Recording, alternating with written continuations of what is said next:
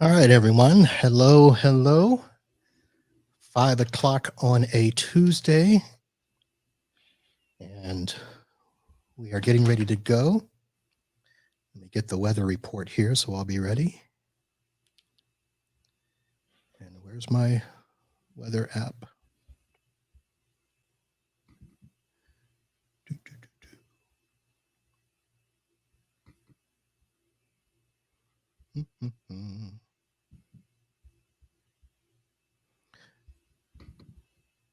All right.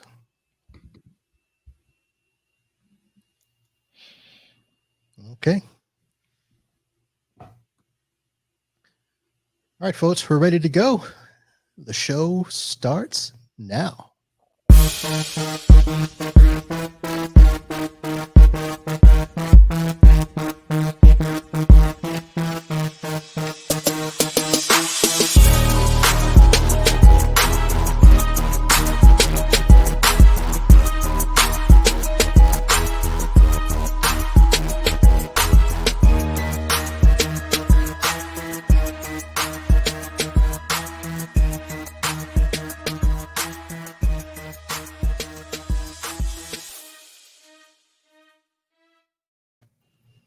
Hello, everyone, and welcome to another episode of Podnuts Pro. I am your host, Marvin B., coming at you from the great city of Fort Lauderdale, Florida, where the weather right now is a balmy 86 degrees with a real feel of 90. My AC is set at 74, but the inside temperature on the thermostat says 80. So not really good right now, but we are here enjoying a fantastic day. And for those of you that don't know, Podnuts Pro is a show for techs to help them run their businesses. And basically, we want to run our business better, smarter, and faster. And to do that, we have great interviews with great guests, other technicians, vendors in the community that can help us. And that is no different today, where I bring back what could be a fan favorite for 2020, Nancy Sabino of Sabino CompTech. Nancy, how are you? Good. How are you? I'm doing good. How's the weather out there? Oh, it is a whopping 90 degrees in Texas. So it is hot. Mhm. And I'm like, do I go jump in the pool or not? I don't know. Hey, as long as you have the choice, right? Yeah, exactly. So that's what we love here. So we got the pool in the backyard, and we are less than 4 miles from the beach. So So that's nice to very nice. have the hot weather throughout the year. Yeah, yes, it is. Uh, Except when it's fall and you want to wear your boots. Boots. Who wears boots? I love boots. So I'm waiting for the fall to show up because I really want to wear my boots. Now, are you now? I don't know exactly where Katy, Texas is. I should have looked it up. But are you far enough north in Texas where you can have a season, or are you far enough south where you just wear boots because it's Texas? Yep. Yeah, Okay. we're far south. We're right outside of Houston. So Okay. yeah, we get all the humidity. That's what we get. I understand completely what that is. You do. All right. So, for those of you watching live and for the listeners on the audio podcast, Nancy was with us back a few months ago. I believe it was episode, let me grab the number real quick, 292, 2 months ago. And you were on with my good friend Dawn Sizer. Yes. And I decided to have you back by yourself so she wouldn't hog the conversation. And That's not true, Dawn. Don't listen to him. she'll let us know as soon as she hears this. She will let me know. But I wanted to bring you back and, try to do a little more deep dive into your business, because I think some of the things that you are doing are things that other companies would love to hear about.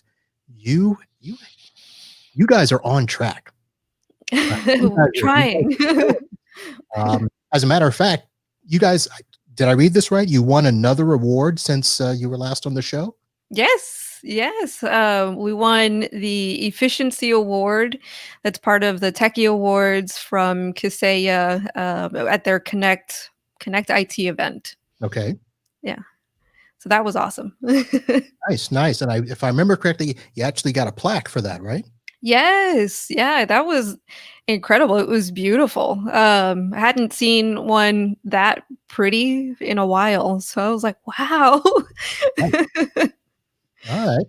So why don't we just start with the question of what's been going on since besides the award? Um, well, lots. Thankfully, this end of the I guess the last part of the year, a little bit has been picking up a little bit more than the beginning or post COVID. So that's the good part is feeling like we're not stuck or business isn't slowing down like it had been. So that's the good part. The bad part now is trying to juggle family and work and other relationships without losing your mind. Mm. So that's Are you guys in a situation where the kids might not be going back to school, or you have a choice? What's happening there? we have a choice, and we chose the first 6 weeks for them to stay home, but we have, our daughter, is starting high school, and then our son is starting middle school, so we ran into the issue of them acclimating to new grades, new schools, new workloads, and so we had to make the tough decision to let them go back to school. Mm. So, Wow. yeah. And that Yeah. had to be fun for them to not only acclimate to a new school, but to do it during a pandemic. So it's not like Mhm. they can go and meet everybody the first few days. Yeah, exactly. It's definitely a transition regardless, and now to throw COVID on top, it's, definitely a first experience for everybody. I mean, we can't even help them or guide them in that sense because 'cause we're like, "I don't know. I didn't have a pandemic when I was growing up, so That's I right. don't know." Yeah, there was certainly no option to have a virtual school. That's for sure. Yeah, no, there wasn't. Yeah, we would've just been, mm, out of luck. Right. And you're just a tad bit younger than I am, but we lived in an era where even if we were sick, we went to school. Yeah. Yeah, I mean, my mom could not stop working, so she was like, "You're going to school." Yeah. So And I'd be like, "Well, what if I have a fever? Fake it till you make it, girl." fever's nothing. You had to have blood coming out of something. You had to have a piece of bone sticking out. You had to be on fire, one of those. Yep. So, all right. So last we chatted, I remember that you had been talking about version 2.0 of the business, Yeah. where you didn't change the name or anything, but completely, refocused the I guess the arrow of your business. Mhm. And are you still working on that, or have you kind of moved into a 3.0, or have you fine-tuned stuff? Where are we at with that? That's a good question. So I feel like at this point in time, we are escalating 2.0. So that's our focus now is growing what we put in place during the first phases of 2.0. So we're testing things, we're testing our limits, our boundaries, and trying to push things, at least the processes and the systems that we built to find out what breaks, so that when we get to eventually 3.0, we'll be in a much better place. Okay. How much of 2.0 was started before COVID as opposed to trying to work through this stuff during COVID? Um, well, 2.0 has been a journey, I would say. So we started the journey about 4 years ago. Okay. So we were transitioning the residential break fix and small business, yeah, break fix to what would be the MSP. And within that amount of time, within the first 2 years, we were working on what model did we want to work under for the MSP. So within that time, we cut off any kind of break fix. And then we then kind of moved everyone we could to a single platform, a single service, an all you can eat model type deal. And then anyone that didn't sign up for that, we had to find them somewhere else to go. And once we did that, then we started to really focus on our systems and processes so that we could make that one platform as efficient as possible. So it's been a journey of the last 4 years, but really the 2.0 aspect has been, I would say within the last 2 years, it's been where we've really been ironing things out. Okay. So let me ask this question. I'm sure you've been asked this before and have wrestled with this, but how many customers that did not want to transition? Mhm. How many customers were customers that you were thinking, can you please transfer? We'd love to keep you. You're a good customer. You pay on time, all that stuff. How many of those good customers did you, cut loose that you didn't want to cut loose? Oh, a lot. Right. Yeah, so I can tell you the first both transitions from the, residential aspect, we lost 1/3 of our revenue, and then when we let go of all the break fix clients, we lost another third of our revenue. And so it was definitely a lot. We went from, I would say, a list of 1,300 businesses that we were working with to, 30? Like a handful. So it was a huge amount of businesses that did not move over. And then when we moved over to the single platform, that was also another point of transition. And maybe not right away, but we did lose some after the fact. And it was painful. It was absolutely painful. Okay. I always like to ask that because it's interesting to see how, some companies claim they're going to be full MSP, but then they get in a position like I am with my company where I'm still a hybrid. I have customers that, been with us 20 years Hmm. and they are not on a full MSP model. Now I've put them on a sort of MSP model where either Hmm. I'll bill them quarterly or I bill them a minimum that, look, I got to bill you this. I got to cover the cost because they go in the dashboard Hmm. regardless, but I may not treat them like a managed service client. So kind of interesting there. It is. It is. I had decided that, and maybe it's just me, and I'm that type of person. I'm gonna go all in or nothing. And so that's little bit of the rationale behind it. But also, I felt like we were doing them a disservice by not signing them up for that platform. Is almost like a teaser, and then just you know working with them at a, well, now I can't help you, or that kind of thing. And so that wasn't what we wanted to do. We wanted to be, and maybe it's just I'm a little controlling. That could also be it. Are you now? I definitely could have something to do with it. It's like I want to either control your network or I don't want to work with you. Interesting. Okay, that's another conversation. Now you mentioned all you can eat.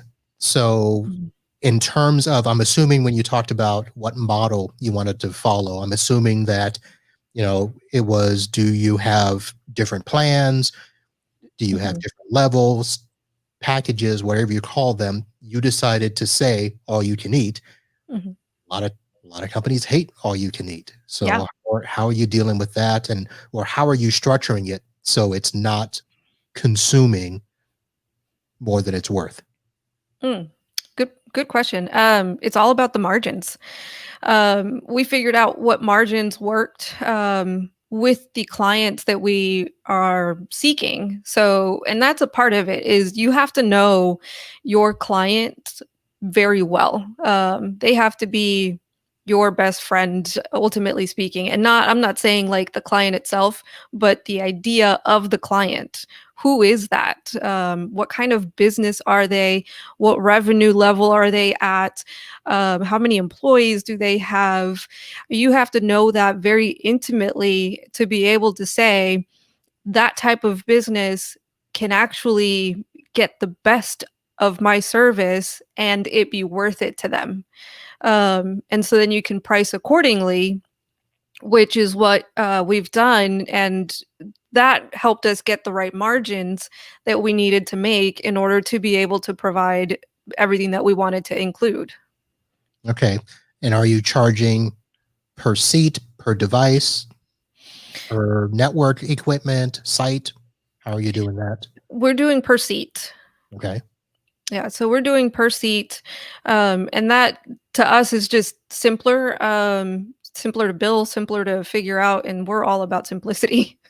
Okay. And it's simple for the client to also be able to calculate. It's something that we've also trained our clients to know, it's cost of hiring an employee. So if you need to hire an employee, that means that your business is growing. Great. Now you can calculate the cost to retain that employee or to have that employee. All right. Now moving over to the internal side. Mhm. So obviously you had to pick a platform, whether Yep. it's, RMM, RMM/PSA, all of that stuff.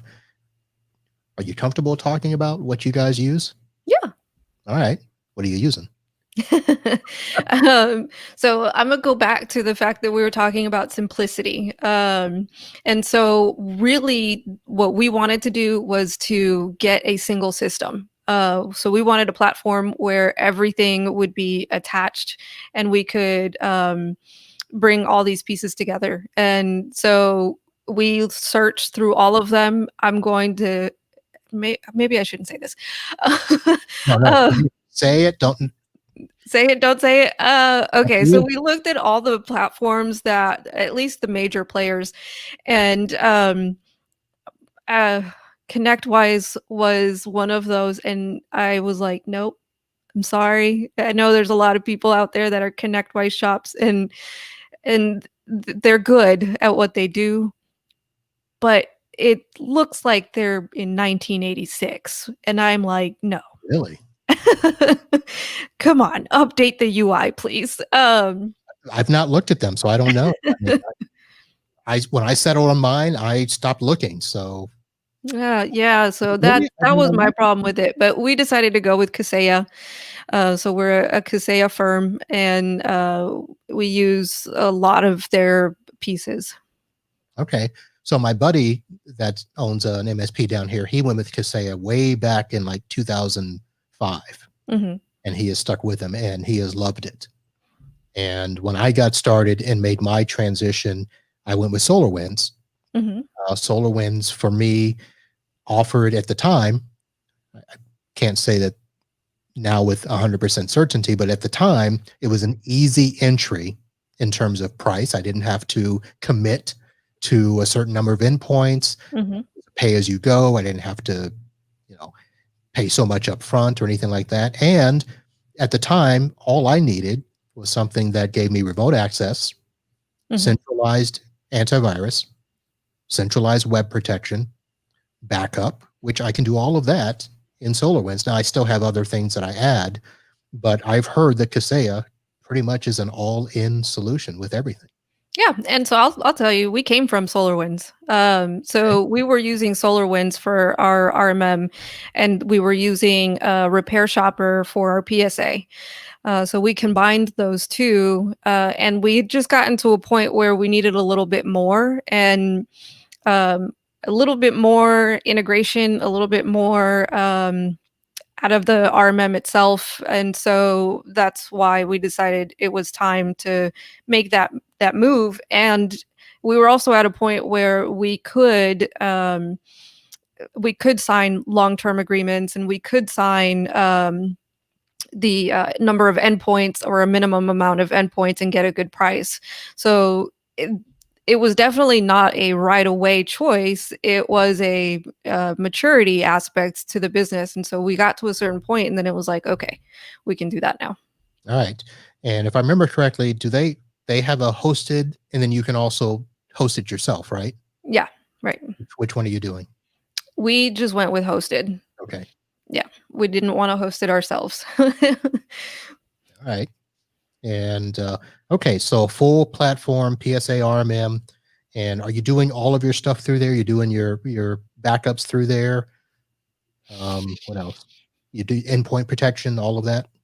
Everything's through them. Yeah, again, we were trying to do everything as simple as possible, streamline as much as possible, and so it's the easiest thing to do. All right. What about scripting? PowerShell? PowerShell would be one, yeah, and then also using Kaseya itself to do a lot of the scripting for us. Okay. Because that's one of those things where so for the last 2 years I've been this close to wanting to do scripting. Mhm. And SolarWinds does it, but I think others do it better. Yep. So so Kaseya is on my radar that if I start looking, we'll talk about the scripting. So Yep. all right.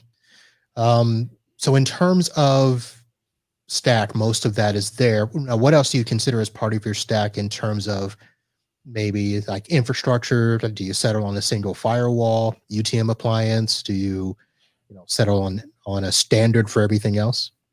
Yes. And literally, it's if you really think about inside, outside, and customer service processes.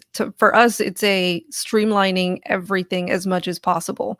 That means having uniformity across our clients and what we use, and being able to so basically, making things as easy as possible for our techs to also be able to fix an issue that may come up. So if you've got, 3, 4 different types of firewalls that you're working with, then it's like, well, which one do you have? And, is it the same as this other one? Sonic walls are going to have different features in different places than Cisco. And so we kind of just brought it down to this is what we use. This is what it's going to be in our client environments. And so just streamline it all. All right. Sounds good. So I know I'm asking a lot of questions and I'm kind of digging in there. So why don't You are. so, what would you like to brag about or talk about that I haven't asked about? Like, something that's helping you win all these awards. Well, I think we're on the money here, because ultimately, I mean, we won the efficiency award, and that was one that for us it's been a sense of pride because it's been something that we have been working on since the moment that we decided what service offering we were going to have. And so everything that we do from there has been built around that and trying to make that be as efficient as possible because that's where you start hitting your margins. So even if costs can change, the efficiency that you have within your service, that's where you're going to start to be able to make more, essentially speaking, because it's going to give you a little bit more on those margins. Okay.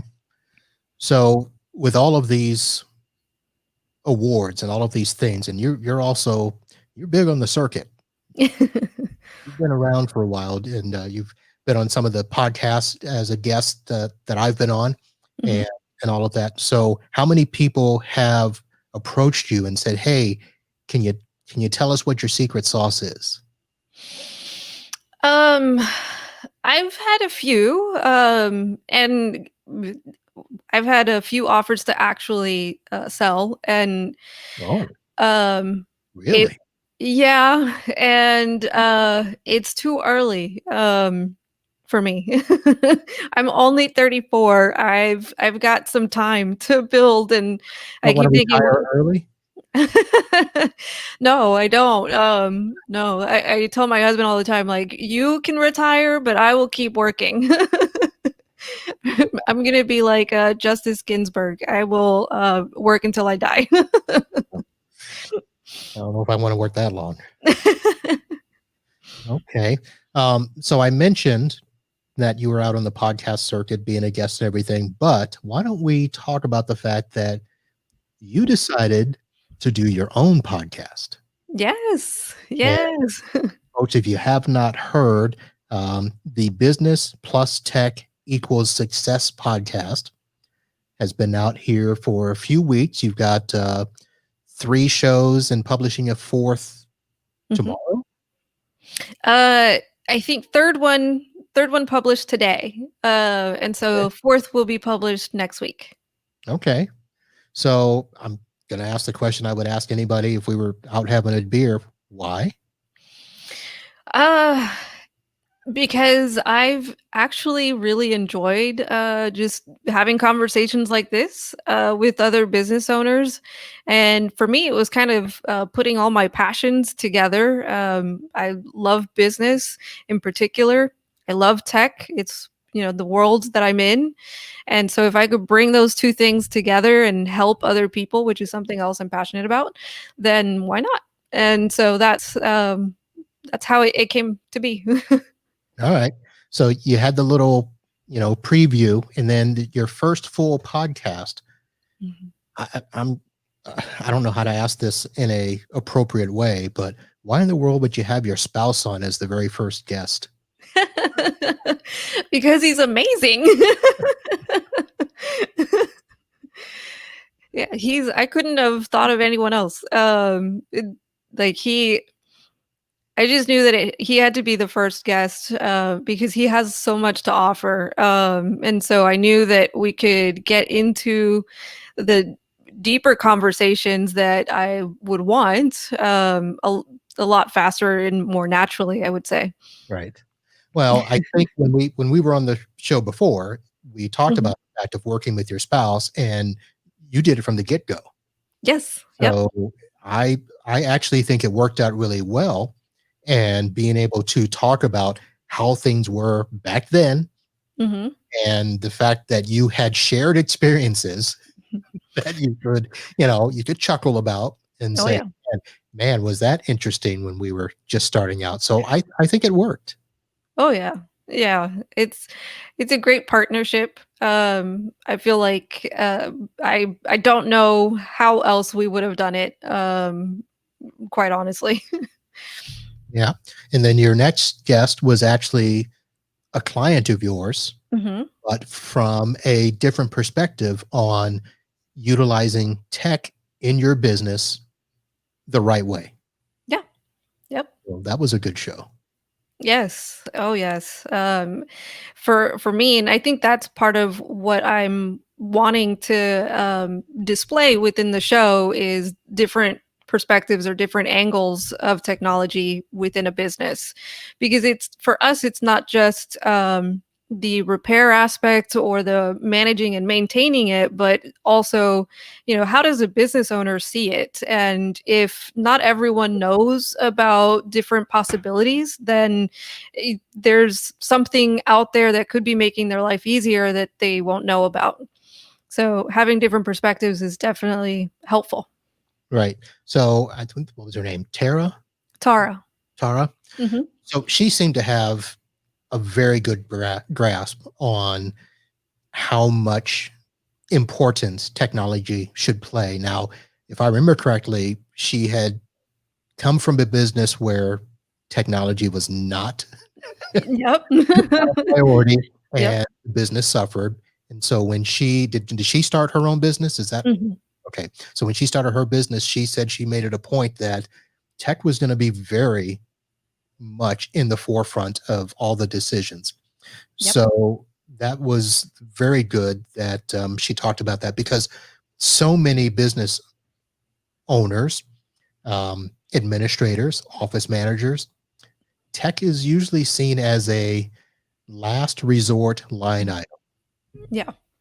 Oh, yeah. I say that all the time, like, it's hidden in the IT closet until something breaks. It's not thought of at all until something breaks, and that's not how it should be. Right. So in your, do you have, how many shows do you have slotted out already? I have 4 more slotted out, and I am currently looking for guests. So that's something that I'm currently working on top of, getting them out there. Okay. Now, are all of the shows, or should I say the main focus of the show, to emphasize that side of the equation, not necessarily the tech side, but from a real business perspective, how do you utilize tech? So I'm wanting to do again different perspectives.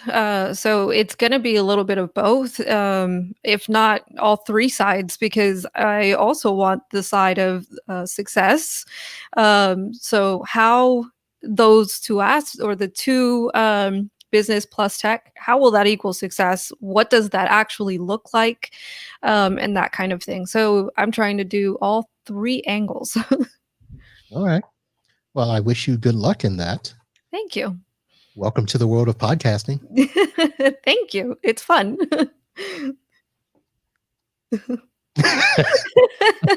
You're like newbie. Enjoy it while you can. It is great. It is fantastic. I don't know if you know this, but I just celebrated the 300th show of this podcast. Wow, congratulations on that. I didn't do all 300, so that was part of why I could celebrate. You're like, definitely need a beer. But yeah, it's fun. It is work, but it's fun. Yeah, and that's for sure, it is a lot of work. All right. Um, I had a note here. I was gonna ask you, and I don't know if we can segue back into this in a gentle manner, but so when you were on my podcast with Don, we talked a little bit about diversity, Mhm. and then you were on another panel where you talked about the business case for diversity. Yep. And I got bits and pieces of it. I wasn't able to watch it. I forget what happened, and I didn't go back to it. But tell us a little bit about that experience and having that panel discussion. Yeah, that was definitely interesting, because it was talking about, basically 3 different perspectives when it comes to why diversity is necessary in business. Um, and the 3 perspectives were, 1 from, a larger company, who has hired, or has made it a point to have a diverse workforce and how that has helped them out. 2 was, on the education side and what is it gonna take to, hire a more diverse workforce? And then, my perspective was the last one as I guess is now being what I'm being called now is the industry unicorn, and seeing all the different aspects of the diversity, um, I guess, boxes that I'm in, and what that has been like for me, and why it might be different within my business, and how I view the industry as a whole. So it was definitely pretty interesting. Yeah. So being a unicorn, being able to tick off multiple diversity boxes is Mhm. something because let's see, female, female business owner, Mhm. Latin. Are there any others? Millennial. I don't know if that should be a box. And an introvert. Again, not really a box. Not really a box. It's like, in this industry, maybe not. Let's say most techs are introverts. You'd be surprised how many people, don't want to talk. You know, let me just fix the computer. I don't want to talk to anybody. Mhm. Which when I had techs and I was interviewing, that was a no-no. If I got that impression, sorry, you can't work here. You have to be able to talk to people. Yeah. Yeah, we have the same rule. You have to be able to talk to people. Yeah. All right. So what is, I guess, the single thing you can point to now? I know that when you started and your drive in your business is, you know, I don't want to say it doesn't seem like a single focus, but I wanted to ask you if you could put together like a single focus or a single goal Mhm. that is driving your business, what would it be? That's a good question. So a single goal that drives my business. Um, I would have to say that it is, you know, helping as many people as I possibly can. There's, I would say, so I would say that there's a lot of business owners out there that are not necessarily dealing with the best experience, and so whether that be, I mean, that could be for multiple different reasons, and so if I can translate tech to them in a way that they can actually feel like they have some sort of power over it, that they can actually make certain decisions confidently, then that's what I want to do. And so that's the driving force behind wanting to grow our business. All right. Very good answer. Thank you. You usually don't get great answers. They're all like, make enough money to pay the bills. I didn't grow up with everything that I have now, and so to me, money's not a driving force. Is it nice? Of course, that I could provide my kids with a life that I didn't have, but ultimately speaking, I could also be without it. It can go away, and it's okay. All right. That's a good perspective. I mean, I can say that too. It's like, I know a lot of people that they live for, you know, to go on vacation and to have things and to drive the car. And it's like, yeah, but I mean, is that really what you're focused on? But they are. And I mean, who am I to judge? Right. Yeah, yeah. Yeah. I mean, it's and that's not necessarily a bad thing. It just for me, it's like if I have it, great. If I don't, okay, I'm good. I'm Okay. good either way. All right. Um, so I have to at least ask one more question about anything new on the tattoo front. Oh, I don't have any new ones. Sadly. I had put as a personal goal for myself, for any new client that I signed up, and maybe I said this the last time, that I would Good. get a That's new why I tattoo. Yep. And so I've gotten new clients, but no new tattoos, just because of COVID and how things are. But I have a few lined up, so I can say that. Okay. Like already designed, like what you're going to get and where. Yeah, so there's one where I'll be adding another flower. And can you see that? For those that are live, they can see the flower. Okay. Yeah. My daughter drew that, and so I'll be adding that to my arm. Now, is that going to be just okay? I forget the term because there was a special term for the type of tattoo with colors or whatever. What, not just the black and white. What was Oh, no, just the colored sleeve. okay? So yeah, I'll be adding it to that arm. Okay. Yeah. All right. And by the way, so the tattoo people that moved in next door Yeah. still not Huh. open. No. No. Because of Yeah. COVID or I don't know, and I don't want to ask. oh, okay. Makes sense. Yeah. I mean, tattoo shops couldn't open for the longest time here. And so and I'm still wary. So I guess that's why I'm not going yet, but Oh, okay. yeah. I don't know that that's a big thing down here. I mean, they've had the space for, let's see, they've had the space almost 4 months. Hmm. So unless they just don't have any customers yet, I can't imagine why they haven't opened. Maybe licenses. I thought about that. Could be licenses. They need a lot.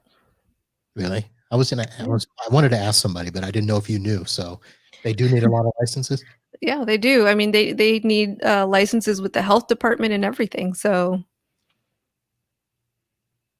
yeah. right. Well, when they open, we'll find out. But I don't. Again, I don't know them, and I don't want to become their computer guy. I just don't want clients that close. You can just tell them that you don't do break fix for new clients. It's true. Hey, listen, you're going to be $5,000 a month. There you go. We only have Yep. 3 computers. $5,000 is my minimum. All right. Okay. So anything else? If we hit all the questions, all the boxes, anything else you want to announce while we're here? Um, no, I mean, check out the podcast. I'd love to have some feedback on it. That would be great, especially Okay. since, I'm like, is it okay? I mean, I think it's great, but is it really is it really helpful? I think you'll get a lot of good feedback, and we'll talk off air. Oh, thank you. So, oh, speaking of, I should. Did you see that Dawn wants to start a podcast? Yes. Yes, she and I are chatting about it, so Really? coming soon. Because my first thought was, why don't the two of you do it together? I mean, that might not be a bad idea. All right, I'll let you guys do your own thing, and we'll just when it comes down. All right, so that I think is going to do it. So, folks, thank you very much for tuning in to this episode of Podnuts Pro with my new friend Nancy and fellow podcaster. Yes. All right. So that's going to do it, folks. So head over to podnuts.com to check out some of the other shows we've got. If you want to follow what we're doing here, you can check us out on YouTube and the Facebook. Just head over to those, search for Podnuts Pro, like the pages so that you'll be notified anytime we have a show, especially when we do a live show like this, and you can watch along and hear any great, wonderful news going up. So again, my guest, Nancy Sabino of Sabino Comp Tech, and her new podcast, Business Plus Tech Equals Success. Find it in your favorite podcatcher. Yes. All right.